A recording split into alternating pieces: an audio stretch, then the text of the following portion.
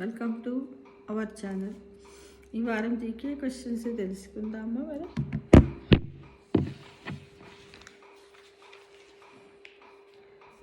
మగహంస జీవితాంతము ఒకే ఆడహంసతో కలిసి జీవిస్తుంది, మరొక దాంతో జత కట్టదు. మెటికలు వీచినప్పుడు గ్యాస్ బుడగల వల్ల శబ్దం వస్తుంది. ఏటా జూలై 29న లిప్స్టిక్ డేను జరుపుకుంటారు.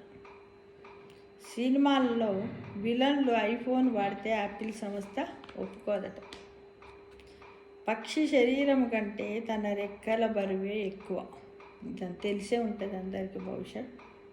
మరి రెక్కల బరువు ఎక్కువ, ఈకల బరువు ఎక్కువ అంటే మరి పక్షి ఎలా గాలిలో ఎగరగలుగుతుంది అనేది ఒక డౌట్ మీకు రావచ్చు ఫ్రెండ్స్. అయితే ఈ పక్షి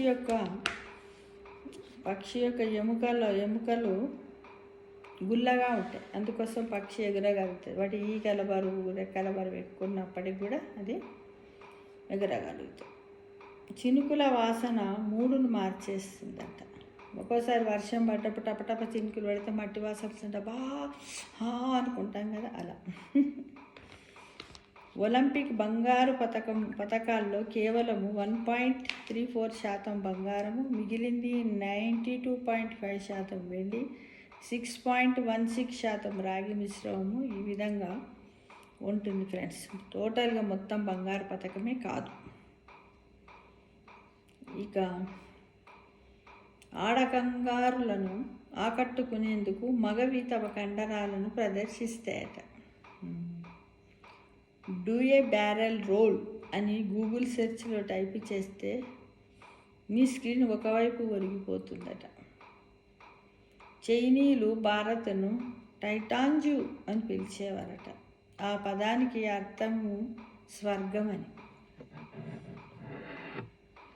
మనిషి యొక్క వెనక నుంచి వచ్చే గ్యాస్ ఉష్ణోగ్రత 92.6 ఫారెన్హీట్ డిగ్రీలు. పారాచూట్ చిరిగిపోవడంతో 16,000 అడుగుల ఎత్తు నుంచి కింద పడ్డాడు బేర్ గ్రిల్.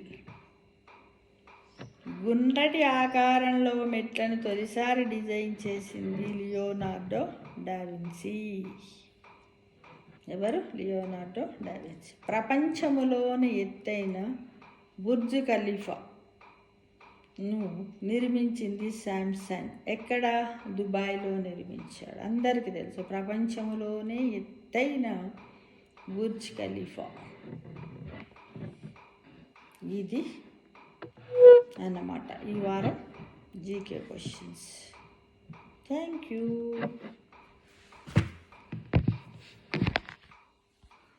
ఫ్రెండ్స్. మళ్ళీ ఒకసారి కలుద్దామా మరి.